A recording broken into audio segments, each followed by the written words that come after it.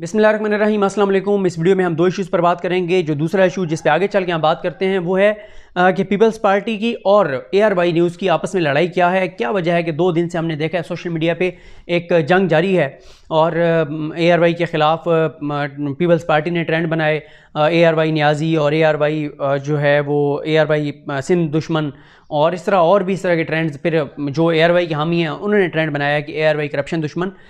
तो इसमें हम बात करेंगे कि लड़ाई की आखिर वजह क्या है, किन चीज़ों के ऊपर किन चीज़ों को बुनियाद बना के और पीपल्स पार्टी ने ये करार दिया कि इमरान खान के साथ मिल के और ARY पीपल्स पार्टी को बदनाम कर रहा है। लेकिन उससे पहले एक इशू पर बात करना चाहूँगा। कल थैलीसीमिया का दिन मनाया गया और थैलीसीमिया के बच्चे जिनको खून की 2 हफ्ते बाद या 4 हफ्ते बाद ज़रूरत होती है, पाकिस्तान में थैलीसीमिया के मरीज़ बच्चों की तादाद 1 लाख है।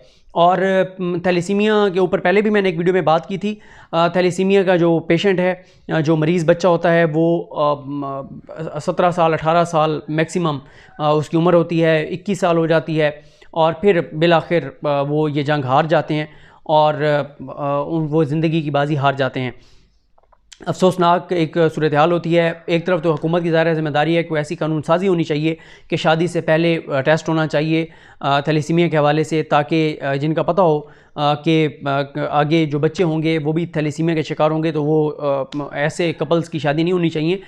लेकिन ज़ाहिर है 1 लाख अब बच्चे हैं पाकिस्तान में, 1 लाख मरीज़ हैं थैलीसीमिया के, उनके लिए तो पाकिस्तानियों को हम सबको अपना किरदार अदा करना होगा।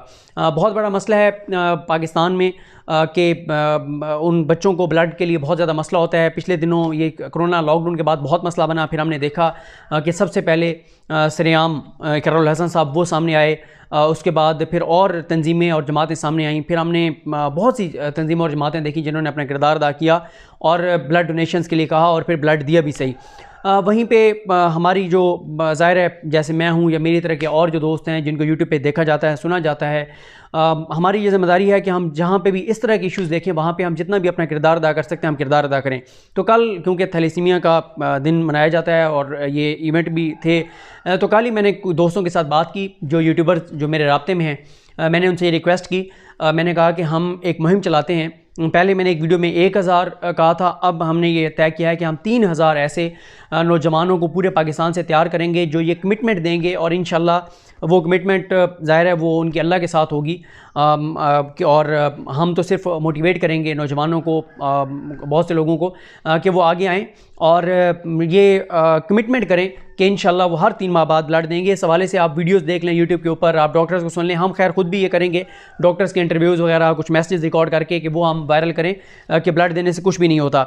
तो क्योंकि हम अब थोड़ा सा काम को तकसीम भी कर रहे हैं कि सारा एक ही बंदा ना करे, मुख्तलिफ जो हम इस तरह की एक्टिविटीज़ होंगी तो किसी एक दोस्त के हम ज़िम्मे लगा रहे हैं। तो ये जो ब्लड डोनेशन के हवाले से है कि हम 3000 जो लोग तैयार होंगे, जो कमिटमेंट करेंगे, वो मियां उमर इनाम साहब के ज़िम्मे हमने लगाया है कि वो उन लोगों के मुतलका शहरों में जो भी फातमीद या सुंदस या बहुत सी फाउंडेशंस हैं जिनके साथ भी हमारी बात होती है, उनको उनके नंबर देंगे और उनकी कोऑर्डिनेशन करवाएंगे। तो मैं आपको नंबर दे रहा हूँ उमर इनाम साहब का। उनका नंबर है 0333 317 5003, 0333 317 5003 यानी 5003।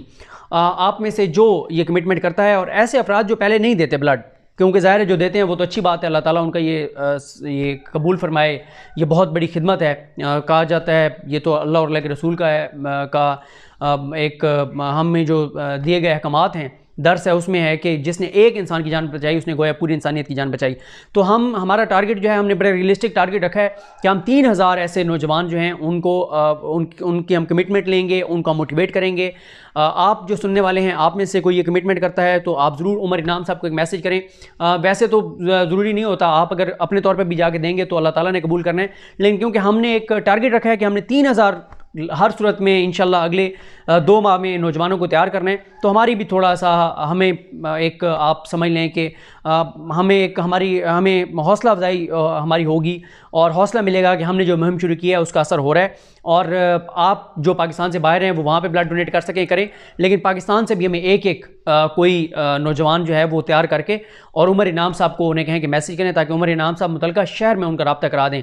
और मैंने एक और चीज़ देखी है कि मैं एक रिसर्च पढ़ रहा था, पता नहीं वो कितनी रिलायबल है या नहीं है, कि इंडिया में जो ब्लड देने के लिए जो वॉलंटियर्स हैं या जो लोग कमिटेड होते हैं उनकी रेशो पाकिस्तान से ज़्यादा है। तो पाकिस्तान को जिन चीज़ों में इंडिया को मात देनी है वो इस तरह की एक्टिविटीज़ हैं, इस तरह की चीज़ें हैं। तो इंशाल्लाह हमने ये ज़्यादा से ज़्यादा मैसेज फैलाना है और लोगों को कहना है कि वो ब्लड दिया करें। और ज़रा सोचें उन माओं का जिनके बच्चे मासूम फूल कलियों की तरह होते हैं बच्चे, और जिनको हर 2 हफ्ते बाद, 3 हफ्ते बाद, 4 हफ्ते बाद ब्लड चाहिए होता है। तो जब ब्लड नहीं मिलता तो सोचें ज़रा उस माँ की क्या हालत होती होगी, उस बाप की क्या हालत होगी, उसकी फैमिली की क्या हालत होती होगी। तो इसलिए हमने अपना किरदार अदा करना है। सॉरी मैंने आपके ज़्यादा टाइम लिया, लेकिन मैंने जैसा वो कहा कि जब हमारी कुछ जिम्मेदारियाँ भी बनती हैं कि जब हम इस तरह के इशूज़ देखते हैं तो उस पर हमें ज़रूर बात करनी चाहिए। हम रोज़ाना पॉलिटिक्स पे बात करते हैं, सियासी चीज़ों पर बात करते हैं और चीज़ों पर, तो वहीं पर हमें इन चीज़ों पर भी बात भी करनी चाहिए, एहसास भी दिलाना चाहिए, रिक्वेस्ट भी करनी चाहिए लोगों को। अब हम बात करते हैं ARY के हवाले से। ARY का हमने देखा कि एक लड़ाई शुरू हो गई है ARY की और पीपल्स पार्टी की। पीपल्स पार्टी की मैं आपको एक जो मेरी आखिरी 3-4 वीडियोज़ हैं उनमें से एक मैंने वीडियो की थी, पीपल्स पार्टी की 8 वारदातें कि इनका कोरोना भी कुछ नहीं बिगाड़ सका। कोरोना के आने के बाद भी इनकी करप्शन लूटमार की कहानियाँ सामने आ रही हैं, करप्शन के इल्ज़ामात की जद में हैं, और वो ARY नहीं बहुत सी जगहों में वो चीज़ें रिपोर्ट हो रही हैं।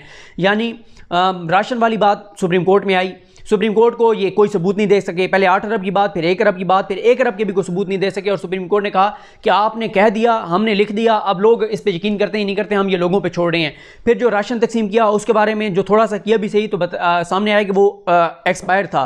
फिर जो इक्विपमेंट खरीदा जा रहा है उसके ऊपर भी इल्ज़ामात लग रहे हैं। फिर जो ज़कात फ़ंड है उसके ऊपर भी इल्ज़ामात लग रहे हैं कि वो गलत लोगों में तकसीम किया जा रहा है। फिर जो गुजारा अलाउंस है उस हवाले से भी पता चल रहा है कि बंदर बांट की जा रही है। कुछ जो चेक अद्वियात की कंपनी को दिए जा रहे हैं उनके हवाले से भी सवालात हैं। गंदम चोरी के मामलात आपके सामने हैं। कोई 8 चीज़ें मैंने उसमें गिनवाई थी कि 8 चीज़ें ऐसी हैं जो कोरोना के दिनों में सिर्फ सामने आई हैं। अब हुआ ये कि पीपल्स पार्टी शुरू में उनकी बहुत मीडिया ने तारीफ़ की, मीडिया ने बहुत काम उठा दिया, और ऐसे मीडिया ने दिखाया कि जैसे सिर्फ सिंध में काम हो रहा है, बाकी तो सारी हुकूमतें नाकाम हो गई हैं। और इतनी तारीफ़ हुई मीडिया के ऊपर सिंध हुकूमत की कि सिंध हुकूमत को लगा कि हम वाकई बहुत अच्छे हैं, हम वाकई बहुत काम कर रहे हैं। तो उनका भी एक मिजाज बन गया। अब मीडिया तो ज़ाहिर है इमरान खान को नीचे दिखाने के लिए ये सारा कुछ कर रहा था। दूसरा, पीपल्स पार्टी क्योंकि लॉकडाउन की, बहुत सख्त लॉकडाउन की हामी थी और मीडिया भी यही चाहता था, तो मीडिया उनको ज़्यादा कवरेज भी दे रहा था और दिखा रहा था कि उस्मान बुज़दार कुछ नहीं कर रहा, KPK भी बर्बाद हो गया है, तबाह हो गया है, वफाक भी कुछ नहीं कर रहा। अगर कोई कुछ कर रहा है तो वो सिर्फ मुराद अली शाह है।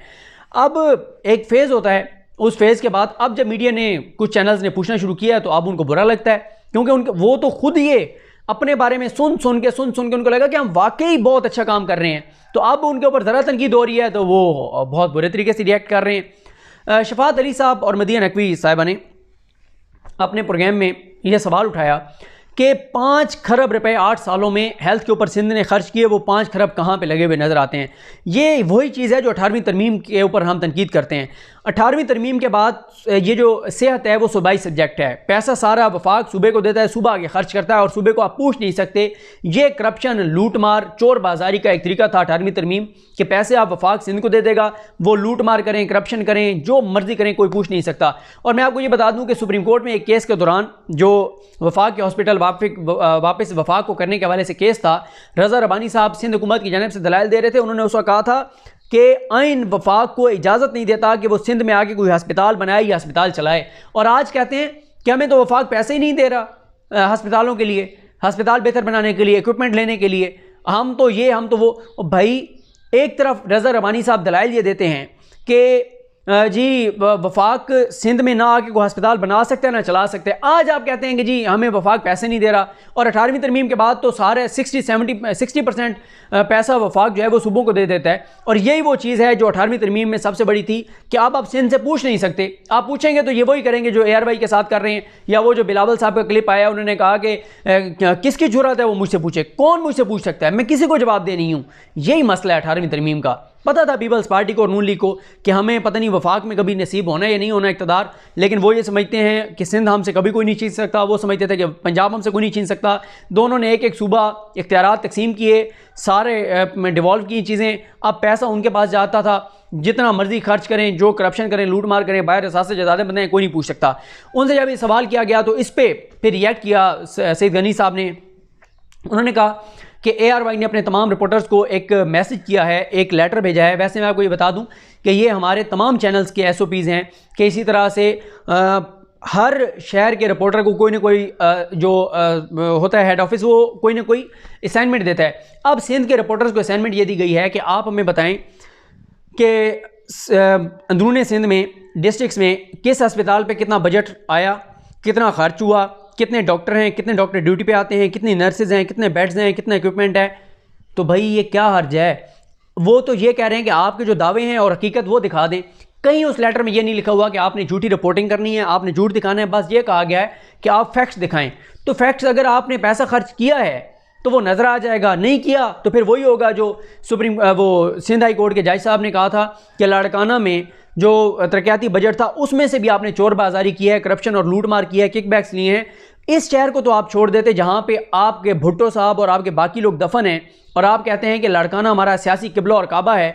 एक घर तो डाइन भी छोड़ देती है, कम से कम एक शहर तो आप छोड़ देते, यहाँ के पैसे में से तो करप्शन ना करते, यहाँ का पैसा तो वहाँ पे खर्च कर देते। आपने लाड़काना को भी नहीं बख्शा।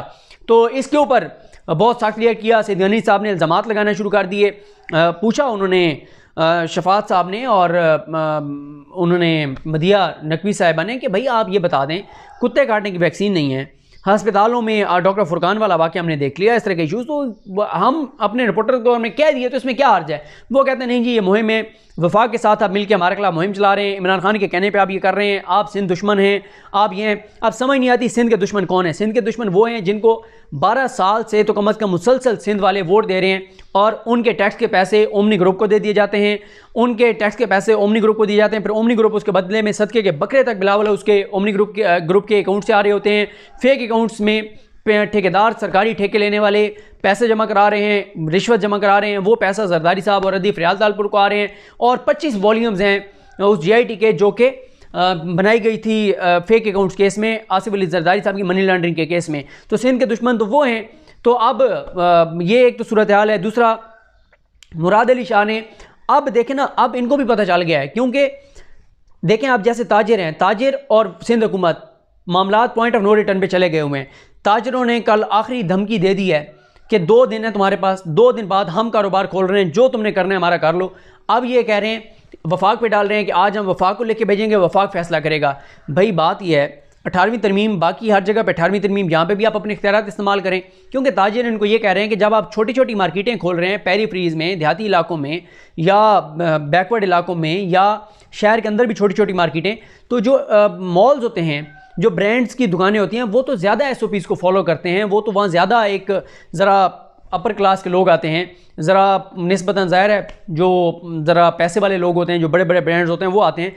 तो वो जो आने वाले हैं उनके लिए भी शायद आसानी हो SOPs को फॉलो करना, और जो ब्रांड्स की दुकानें होती हैं वो एक मैकेनिज़्म होता है, पूरा उनका सिस्टम होता है, तो उनको भी आसानी होगी। अब जब ताजरों ने धमकी दे दी है, अब वफाक पे डाल रहे हैं कि हम वफाक को लिख के भेजेंगे। और कल वज़ीर आला सिंध ने कहा है कि अब हम जो फैसले कर रहे हैं वो 100% कंसेंसस से हो रहे हैं, वफाक जो कह रहा है उस पर 99% अमल करेंगे। उसकी वजह क्या है? क्यों? अब जब इनकी करप्शन, लूटमार, चोर बाजारी एक्सपोज हो रही है, अब जब इनके अपने शहर इनसे कंट्रोल नहीं हो रहे, अपने ताजिर इनसे कंट्रोल नहीं हो रहे, अब ये वफाक के साथ मिल गए, अब ये अच्छे बच्चे बन गए कि नहीं हम तो वफाक के साथ हैं, हम तो वफाक के साथ मिलकर चलना चाहते हैं, हम तो चाहते हैं फैसले वफाक करे, क्योंकि हालात इनके हाथ से निकल गए हैं सिंध के अंदर। एक तरफ मैंने आपको कहा कि ये 8 वारदातें जो मैंने आपको बताई हैं ये सामने आ गई हैं, दूसरा ताजिर, बिजनेसमैन सारे, और तीसरे नंबर पे ऊपर अब अगर ये वफाक की मुखालफत करते हैं तो वफाक इनको एक्सपोज करेगा, जैसे फैसल वाडा ने और अली जैदी ने जाके किया, और खुर्रम शेर जमान और वो सारे वो फिरदौस शमीम साहब और फिरदौस शमीम मक्की और वो सारे कर रहे हैं। तो इसलिए इनको पता है कि अब हम अच्छे बच्चे बन जाएं कि हम तो वफाक के साथ हैं, फैसले तो वफाक कर रहे हैं, वफाक हमारा बड़ा भाई है, जो वफाक फैसला करेगा वो हम मानेंगे, ताकि लोगों की वफाक इनके ऊपर अटैक ना करे, इनको एक्सपोज ना करे, और वफाक के जो हामी हैं वो भी इनको एक्सपोज ना करें। लेकिन जो इन्होंने एयर भाई के साथ पंगा लिया है, उसके बाद से हमने ट्विटर के ऊपर, सोशल मीडिया पर देखा है कि लोगों ने बहुत से इनके करप्शन के स्कैंडल्स और केसेस दोबारा वो सामने लाए हैं, पुराने इनके, और उससे ये पता चला है कि इनकी क्या क्रेडिबिलिटी है, क्या इनके मामलात हैं। तो सिंध के हुकूमत के हाथ से मामलात निकल गए थे, इसलिए ये वफाक के साथ जाके मिल गए हैं। और अब वज़ीर आला सिंध जो हैं वो कह रहे हैं मीडिया ने पहले 1.5 महीने बहुत अच्छा किरदार अदा किया है, हमें वही किरदार चाहिए, वो किरदार आपको सुनहरे रूप में लिखा जाएगा। यानी उसी तरह आप इनको सर पे उठाएं, ढोल बजाएं इनका, आप कहेंगे क्या बात है, मुराद अली शाह साहब ने तो कमाल कर दिया है, अमेरिका भी पीछे रह गया जो मुराद अली शाह साहब ने कर छोड़ा है। तो लेकिन एक हर चीज़ की एक हद होती है, एक लिमिट होती है। जिन चैनल्स ने ढिंडोरा पीटा है सिंध हुकूमत के हक़ में, उनकी भी तो एक लिमिट थी ना। आप कितना एक दिखा सकते हैं, झूठ को सच करके कितना एक दिखा सकते हैं। आखिर एक वक्त आता है, वो सुप्रीम कोर्ट के जस्टिस एजाज़ अली ख़ान साहब ने लिखा था नवाज शरीफ साहब के बारे में कि आप कम वक्त के लिए ज़्यादा लोगों को बेवकूफ़ बना सकते हैं, ज़्यादा वक्त के लिए कम लोगों को बेवकूफ़ बना सकते हैं, लेकिन हमेशा के लिए तमाम लोगों को बेवकूफ़ नहीं बना सकते। और यही मामला हुआ है सिंध हुकूमत के साथ। अब सवाल अगर किया है ARY ने, तो आपको जवाब तो देना होगा, बजाय इसके कि आप उनके ऊपर इल्ज़ामात लगा के और आप कहें कि ये एक मुहिम है। ये मुहिम नहीं है। आपने पैसा खर्च किया है, आप उसकी रसीदें दिखा दें, आप मशीनरी दिखा दें, आप तैयारी दिखा दें। आप बड़े दावे करते थे कि हमारी बहुत अच्छी तैयारी है, तो आप वो तैयारी दिखा दें आप कि ये हमारी सिंध हुकूमत की तैयारी है। लेकिन आप नहीं दिखा सकते क्योंकि वो सब झूठे आपके दावे थे। उस वक्त मीडिया और आपके मफादात एक थे, इसलिए मीडिया ने आपको बढ़ा चढ़ा कर पेश किया। ये वो लड़ाई है ARY की और पीपल्स पार्टी की। मुझे अपनी दुआ में याद रखें। अल्लाह करीम हम सब कामी नासरो। अल्लाह हाफ़िज़।